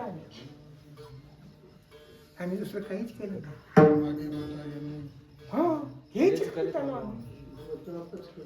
हो दुसरं काहीच केलं नाही. आणि म्हणून त्या केल्याचं फळ असा जो सन्मुख प्राप्त झालेला जो अधिकारी पुरुष म्हणजे मोक्ष आहे, त्याचं सरभरीत वर्णन या अभंगामध्ये केलेलं आहे. तसा साधू सहजच आहे, पण साधू सहज म्हणण्यामध्ये एकाला विशेष करत असताना एकाला गौण केलेलं नाही म्हणून सहज केलेलं आहे. चंद्र त्या सूर्यकांत मनाचं वर्णन करत असताना सूर्य सहजात घातलेला आहे, वजा केलेला नाही. सूर्य जर वजा केला तर सूर्यकांताचा काही उपयोग होणार नाही. त्याप्रमाणे साधू सहजात घातलेला आहे, साधू वजा केला नाही. पण विशेषत्व त्याला आज याला दिलेलं आहे. काय की चंदन तो चंदनपणे सहज वेधेला त्या धन्य झाले. अशा पद्धतीने चिंतनाचा भाग तुमच्या पुढे मी अतिशय चिमुकल्या तोंडाने मांडलेला. माझ्या भाऊशी पुण्य स्मरण त्याच्यामध्ये अचानक सुटलेला आवाज नाही. माझ्या भाऊच येते, माझ्या माऊलीत ज्ञान करायचं तुकडं करायचं संतांचा आमच्या ओटीत टाकलं, रात्रंदिवस भोगलं. ती ओटी सांभाळून पोटाशी बाळगली. त्याचंही वैभव आहे, त्याचंही फुललेला मळा, त्यांच्या तपश्चर्याचं फळ, त्यांच्या कृपेचं फळ आहे. हो आम्हाला फक्त ध्यास लागला होता, हे सगळं त्यांनी केलं. ही आम्हाला प्राप्त झाले, तुम्हाला निश्चित होईल अशी खात्री आम्हाला खात्री. पण तेवढं आपला अधिकार तयार करणं. आणि तुम्हाला सांगतो, जाता जाता माझा समारोप पण झालाय चरणामध्ये. तसे 2 चरण पुढे आहे. परंतु मी काल का कधीतरी महाराजांना पण बोललो, मी जेवत असताना टीव्हीच्या पुढे बसलेलो होतो आणि त्याच्यामध्ये परवा दिवशी यश बिर्लाची मुलाखत होती. कोणाची? यश नावाचा बिर्लाचा तो मुलगा, त्याची मुलाखत होती मीडियावरती. तेव्हा वेगळे वेगळे प्रश्न ते करत होते. पण त्यातला एक प्रश्न त्यांनी असं केला की बाबा, आम्ही जर आमच्या परिसरामध्ये किंवा भारतामध्ये कुठल्याही मुलाला विचारलं की तुला काय व्हायचंय, तर ती मुलं सांगतात आम्हाला टाटा बिर्ला व्हायचंय. काय म्हणतात मुलं? किंवा कधी कधी एखादा माणूस जर छाती काढायला तर आम्ही सांगतो काय टाटा बिर्ला लागून गेलं. म्हणजे हा नावलौकिक गेली शतकामध्ये 7 देशाला ज्याने अर्थ सपोर्ट केला. किती? 7 देशाला ज्याने संपत्ती पुरवली असा श्रीमंताचा मुलगा. म्हणजे पंडितजीच्या काळातही ती श्रीमंती होती, ती आजही पण आहे. आज 5व्या क्रमांकाला टाटा बिर्ला लक्षामध्ये. तेव्हा तो यश बिर्ला सांगत होता की मला ज्या ज्या वेळेला काही लोक विचारायचे तुला काय व्हायचंय, त्यावेळेला मी त्यांना सांगत होतो मला हिमालयात जायचं, हिमालयात जाऊन साधू व्हायचे. टाटा बिर्लाचा मुलगा म्हणतोय मला साधू व्हायचे, याचा अर्थ आहे अशा पुरुषाची वाण आहे. आणि टाटाही बिर्लापेक्षा साधू श्रीमंत आहे, हे टाटा बिर्लाचा पोरगा म्हणताय मी नाही. आणि मग मला एवढा आनंद झाला जाता जाता आपण टाटा बिर्ला व्हायचं आणि मग हिमालयात जायचं आणि मग परमार्थ करायचा आहे. तर टाटा बिर्ला होण्याच्या अगोदरच आपण परमार्थ लावून येतपर्यंत आलो. आपण खरी भाग्यवान आहोत की आपण टाटा बिर्ला झाल्यावर नाही गेलो हिमालयात. तर आम्ही याच स्थिती संसारात आहे त्या स्थितीतच या परमार्थाला लागलो आणि इथपर्यंत आलो. म्हणजे या असणाऱ्या आपल्या देशाचं जे आर्थिक वैभव टाटा आणि बिर्ला, म्हणजे मी ज्यावेळेला उल्हासनगरला 30 वर्षापूर्वी कार्यक्रमाला गेलो, त्या उल्हासनगरला पांडुरंगाच्या मंदिरात गेलो, त्यावेळेला कितीतरी कोटीचं मार्बलचं टाटा बिर्लाने राम मंदिराजवळ विठ्ठल मंदिर बांधलेलं आहे, त्याच्यामध्ये मी कीर्तन केलं उल्हासनगरला. कोटी रुपयाचं, ते बी कसं तर मार्बल मध्ये. आपल्याला मूर्ती सुद्धा मार्बल मध्ये मिळत नाही, त्यांनी मार्बल मध्ये पाया भरले.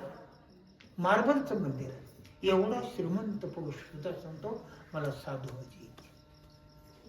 काय म्हणतो, काय म्हणतो, मला होतं ना पण माझी इच्छा. एवढं काय तुम्हाला आवडत? म्हणजे इथून ह्या हिमालय पर्वतावरून ते पांडव स्वर्गाला गेले. आपली भांबवलेली अवलाद मध्ये स्वर्ग आहे का नाही कोणच टोकलं, पण यांचा प्रवेश स्वर्गात व्हावा श्रद्धांजली वाहताना. यांना अजून स्वर्ग सुद्धा आहे असं त्याला वाटत नाही. आणि हा माणूस सांगतो इथून पांडव स्वर्गाला गेले म्हणून मला तो हिमालय आवडतो. काय तफावत आहे, काय उंची आहे अंतःकरणाची, काय स्टेट आहे, ज्याने थेट घातलेलं आहे. काय स्टेट आहे, काय याने काय केले थेट, काय केले थेट, ही स्टेट आहे. या मोठ्या अंतःकरणाची स्टेट आहे. आणि म्हणून तुम्ही आम्ही भाग्यवान आहोत की या थेट पर्यंत आपण आलो. काय या थेट पर्यंत आपण आलेलो आहोत. तेव्हा चंदन तो चंदनपणे सहज, तो गुणाने संपन्न आहे. काय संपन्न आहे? अरे तो स्वासिकच आहे. चंदन स्वासिकच आहे. याला काय एवढं लय महत्व आहे? चंदन स्वासिकच असतो, पण चंदनाच्या संगतीतली बोरे स्वाद देते हे कुतूहलाचं आहे. चंदनाने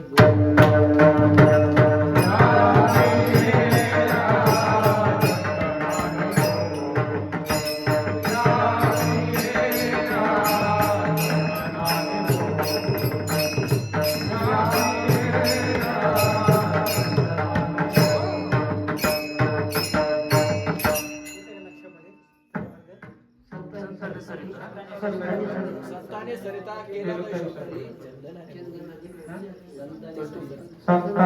संताने सरता केला केलो तैशा भरे. चंदनाने बोरी. काय चंदन स्वासिक आहे याला महत्व नाही का? आणि म्हणून बोरी देतो ना. तुम्ही अशा अशा पलट्या करता का? मग वागतं तसंच, वागता तसाच असतो. काय याचा अर्थ तुम्हाला फसवायचा तर मी बोलत नाही, तुम्हाला समन तोडण्यासाठी मी बोलत नाही. अरे चंदनात श्वासच जर नसतात तर बोरीत काय आलं असतं? पण चंदनात श्वास हा असतोच, बोरीत आले हे महत्वाचं. म्हणजे चंदन तर आहेच सहज गुणे संपन्न, वर्णन नाही का? अरे चंदन आहेच श्वासी, पण बोरी बाबळातून सुद्धा सुगंध येणं हे त्या बोरी बाबळाचं वैभव आहे का चंदनाचं वैभव आहे? बोला. अजून वाको खाली कोणाचं वैभव आहे? हेही वैभव चंदनाचं का? बोरी बाबळातून सुगंध केला, पण गंमत अशी ही हातोटी आहे. हाती गुळात गोळे घालायचे, गोडे म्हणून द्यायचे. काय कोण देणारे कोण आहे? तो हो बरं आहे. मी काय करू शकतो? ते माझं तोंड पुरू शकतं का तो कोबराच्या अभंगाला? मग अरे मग अरे गरुडाने आकाशात जावं, चिलटाने 5 फूट जाऊन नाही, 5 फुटावर आकाशात जाऊ नये चिलटाने. गरुडाने भरारे मारावे, तसं माझ्यासारख्या चिलटाने थोडा प्रवेश करू नये का? मग मी काय करू शकतो? नसेल गरुडासारखी माझी झेप, पण छोटीने पहिला पंख आहेत ना. मी 5 फुटापर्यंत जाऊ शकत नाही का? आणि आकाश मला स्वीकारणार नाही का? तसे आकाशाहून व्यापक असणार आहे तो कोबर आहे, माझा स्वीकार करणार नाहीत काय? आणि जर माझा स्वीकार केला नाही तर अचानक फेटा बांधूस तर आगून घेऊन त्याच्यावर चिंतन करणार. हे कोणी स्वीकारलेलं आहे? हे कोणाचं वैभव आहे? हे माझ्या तुकोबराने मला स्वीकारलेलं. तुम्हाला सांगतोय आश्चर्याची गोष्ट आहे. शबरीला प्रभू रामचंद्र भेटायला जेव्हा आले त्या आश्रमामध्ये, कोणाचा आश्रम होता तो? मातंग ऋषीच्या आश्रमामध्ये प्रत्यक्ष होते. आता जाऊ दे, आता सगळं शेता गेले, आता कशाला काळी वाढायची मध्ये.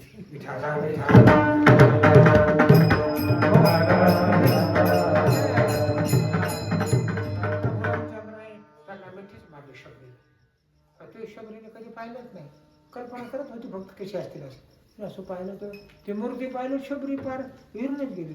काय तिची अवस्था होती, सगळ्या अंगाला काटेवर भरलेले, कधीच तोंड घासले, दात घासलेच नव्हते. आम्ही दातासाठी 2 तास थांबलो घासायचं सकाळी, ती घासायचीच नव्हती. शबरी नव्हती थांबली त्याची, शबरी उरकून आपली पोरं आणत होती. हो, ते चाकून पाहिजे का तिला रामाला बोरं घालायची होती, तिला दात घासायचे नव्हते. मग ती अशा पद्धतीने सकाळी उठून बोरच आणायला सुरुवात करायची. कधी दात घासलेले, स्नान केलेले, स्नान सुद्धा केले. माझ्याकडे कोण दर्शन आलं, मी थांबली अजून स्नान केलं, ती गेलं मागायला. ते तर म्हणते तुमचं काय स्नान करायची, घेऊ द्या मग मग पाहिजे जातं. पण मी प्रयत्न करून पाहिलं, जर थोडंसं गेलं तर गेलं मागायचं. किती पोहोचलेले मी चालता तपासले.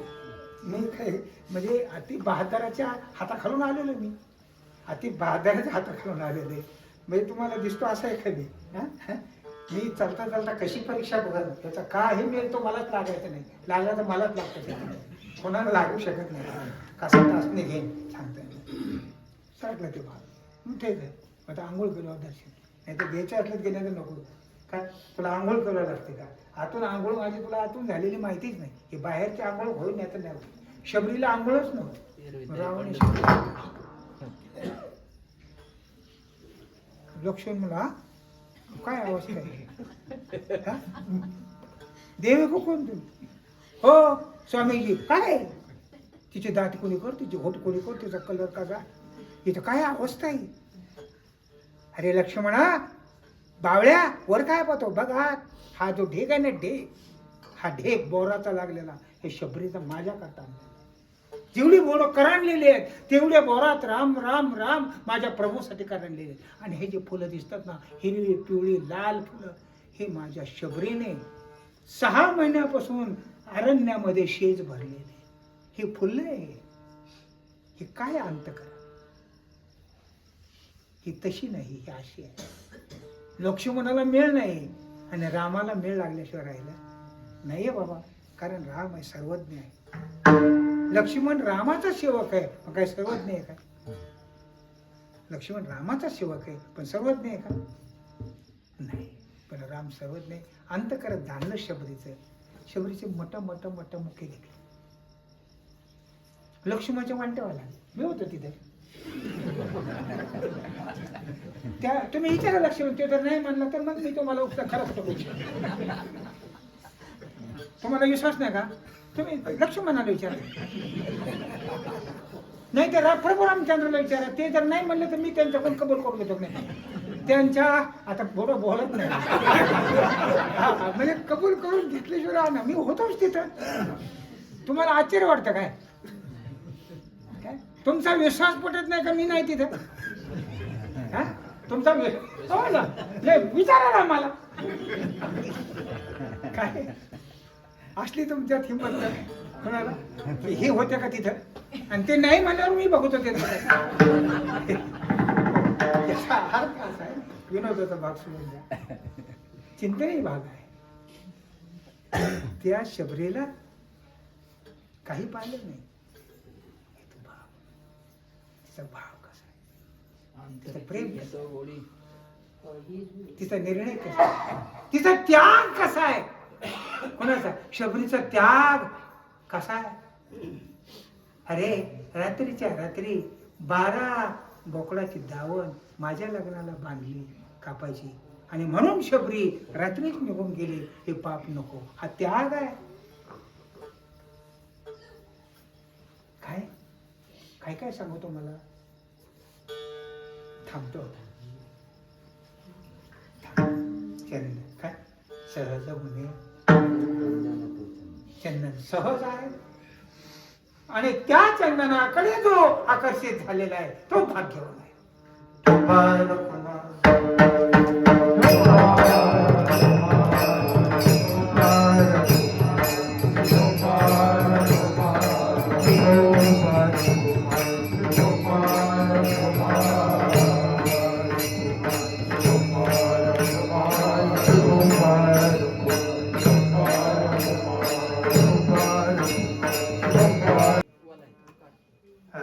याच्यामध्ये साधू सहज आहे असं तो कुबरायला म्हणे.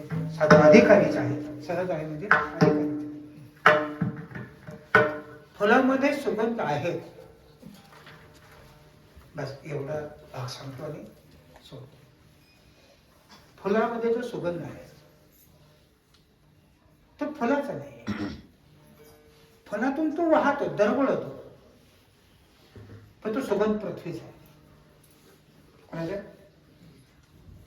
सुगंध पृथ्वीचा आहे. पण तुम्हा आम्हाला जर सुगंध घ्यायचा असेल तर पृथ्वीला नाक लावून येत नाही.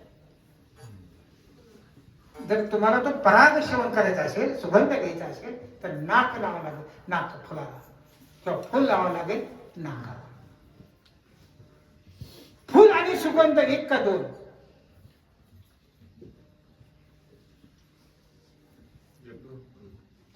सुगंधाला वाहक फुल आहे. जशी पॅसेंजरला नेणारी रेल्वे तशी फुलरूपी पॅसेंजरला नेणार फुल आहे. हे सुगंध रूपी पॅसेंजरला नेणार फुल आहे. हे दोन आहे. आणि परंतु तुम्हाला सुगंध घ्यायचा असेल तर त्याच्याला त्या सुगंधासाठी तुम्हाला सुंदर फुलाची लागण करावी लागेल. आणि तो सुगंध तो आहे तो पृथ्वीचा आहे. कुठला आहे तो? पण तो फुलातून वाहतो. कशातून वाहतो? पृथ्वीचा सुगंध फुलातून वाहतो. मग हातात फुल धरायचं आणि काय होऊन जायचं? सुगंध. लक्षात. सुगंध घेण्यासाठी जसं फुलातून सुगंध आहे त्याप्रमाणे परमात्मा स्वरूपच आहे. पण त्या परमात्म्याला आपल्याला जर स्वाद घ्यायचा असेल, आपल्याला ते जर आनंद भोगायचा असेल तर साधुरूपी फुलाचे संबंध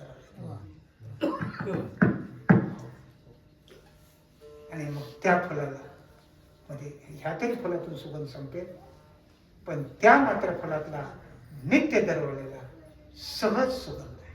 अनवरत आनंदी वर्ष असा असलेला तो चंदन म्हणजे साधू सहज आहे. पण तिथपर्यंत नाक नेणारा कोण भाग्यवान आहे त्याच्यावरनं वेदाला त्या धन्य जाते. भाग्यवती शरणोक असं केलेलं आहे. राहिलेला उर्वरित भाग आपण उद्याच्या चिंतनामध्ये मांडण्याचा प्रयत्न करू. तसा उर्वरितच राहील वर्षभर. हे कधी संपणार आहे माझ्याकडून? संपू शकत नाही. का संपू शकत नाही याचं कारण आहे मला काही जमतच नाही. मला त्यातलं काही सूत्र कळतच नाही.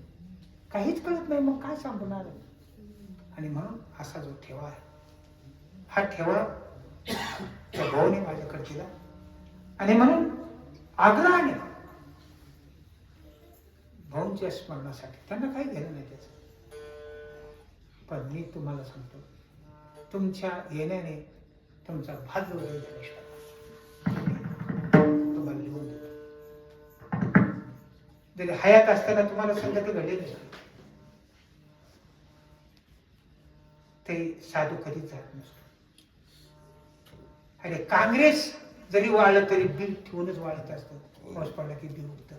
काँग्रेस नावाची जात स्वतंत्र जायला बी टाकल्याशिवाय तर साधू जात असतो का?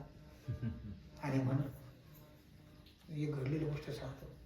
अचानक दाखवले दादा करमाळ्याला आले आणि करमाळ्याला आल्यानंतर मामाच्या समाधीच्या दर्शनाला गेले. मामाच्या समाधीचं दर्शन घेतलं पण ते नाराज झाले. म्हणजे माझ्याकडे आले. मग माझ्याकडे आले की काय मग ती अवस्था कशी मामांच्या समाधीची. मग कशा म्हणतात म्हणजे मी गेलतो तिथे. हा मी दादा तुम्हाला समजत आहे की नाही? खऱ्या मामाकडे जाऊ का खोट्या मामाकडे जाऊ? तुम्ही म्हणजे अरे खरा मामा मी आहे ना. त्यांना असं बोललो काय बोला खरा मामा. मामाचा जो वेदांत आहे तो माझजवळ आहे. तिची समाधी आहे मामाची. वेदांत इथे आहे. तुम्ही माझ्याकडे मामा म्हणून माझ्याकडे यावं का तिकडे जावं? कुठे बोलला का तू? खरं बोल सांग. काय बोलला मी? मामांचा जो वेदांत आहे, तो भाऊकडे आला आणि भाऊकडून तो माझ्याकडे आला. म्हणजे मामा इथे आहे का समाधी दिसते? झाड मोडे बीजे समाये हा, बीज बीज मोडे झाड मोडे. आळशी साधू जात नसतो. घरी जाती नाही. अरे साधूचे जिथे जिथे पाऊल आहे तिथे तिथे वेगळं काहीतरी होत असतं. या ठिकाणी भाऊ आले, भुकेलेले भाऊ इथं आले. आम्ही रानात चरणाला काही करायचं, वाटीत दूध पिळायचं आणि वाळलेली भाकर चोरून घेऊन फडका मारून या क्षेत्रात जायचं. हे क्षेत्र आहे, हे ते ठिकाण आहे. माझ्या आयुष्याचं अध्यापन करणारं हे ठिकाण आहे. आणि याच ठिकाणावरती हे वैभव आज फुललेलं आहे. हे माझे भाऊचे कृपा आहे. त्यांच्या सहज येण्यातलं हे फुललेलं आहे. भाग्य होते हे सहज आहे. पण आमचं भाग्य आहे. आणि म्हणून त्यांचं ही उभारलेलं स्मारक, त्यांचे ते चेहऱ्याकडे पाहिले की ते भाव असा भरभरून वाटतो. मी आज जात नाही, कधीतरी जातो. मी बाहेरून दर्शन मला असं वाटतं आलं का माझं, अरे किती उशीर केला, आता शिकायला असं म्हणते ना. हे दोन्ही भाऊ माझी वाट पाहिजे. विठ्ठल भाऊ 8 वर्ष खेळाच्या मठावर इकडं तोंड करून बसायचे. कवा येतोय, कवा येतोय, कवा येतोय. 8 वर्ष दारात इकडं तोंड करून बसायचे. येणार आहे का? कोणातरी विचारायचे, येणार आहे का? मी हे पुढचं नियोजन करा. अशी पाखरासाठी वाट हे अधिकारी पुरुष. आणि मग त्या कृपेने हे टिकले सगळ्यासाठी. पण वेधेल्या त्या जो याचा भोक्ता आहे, याचा अधिकारी, तो भाग्यवान आहे, तो धन्य आहे. ज्ञानेश्वर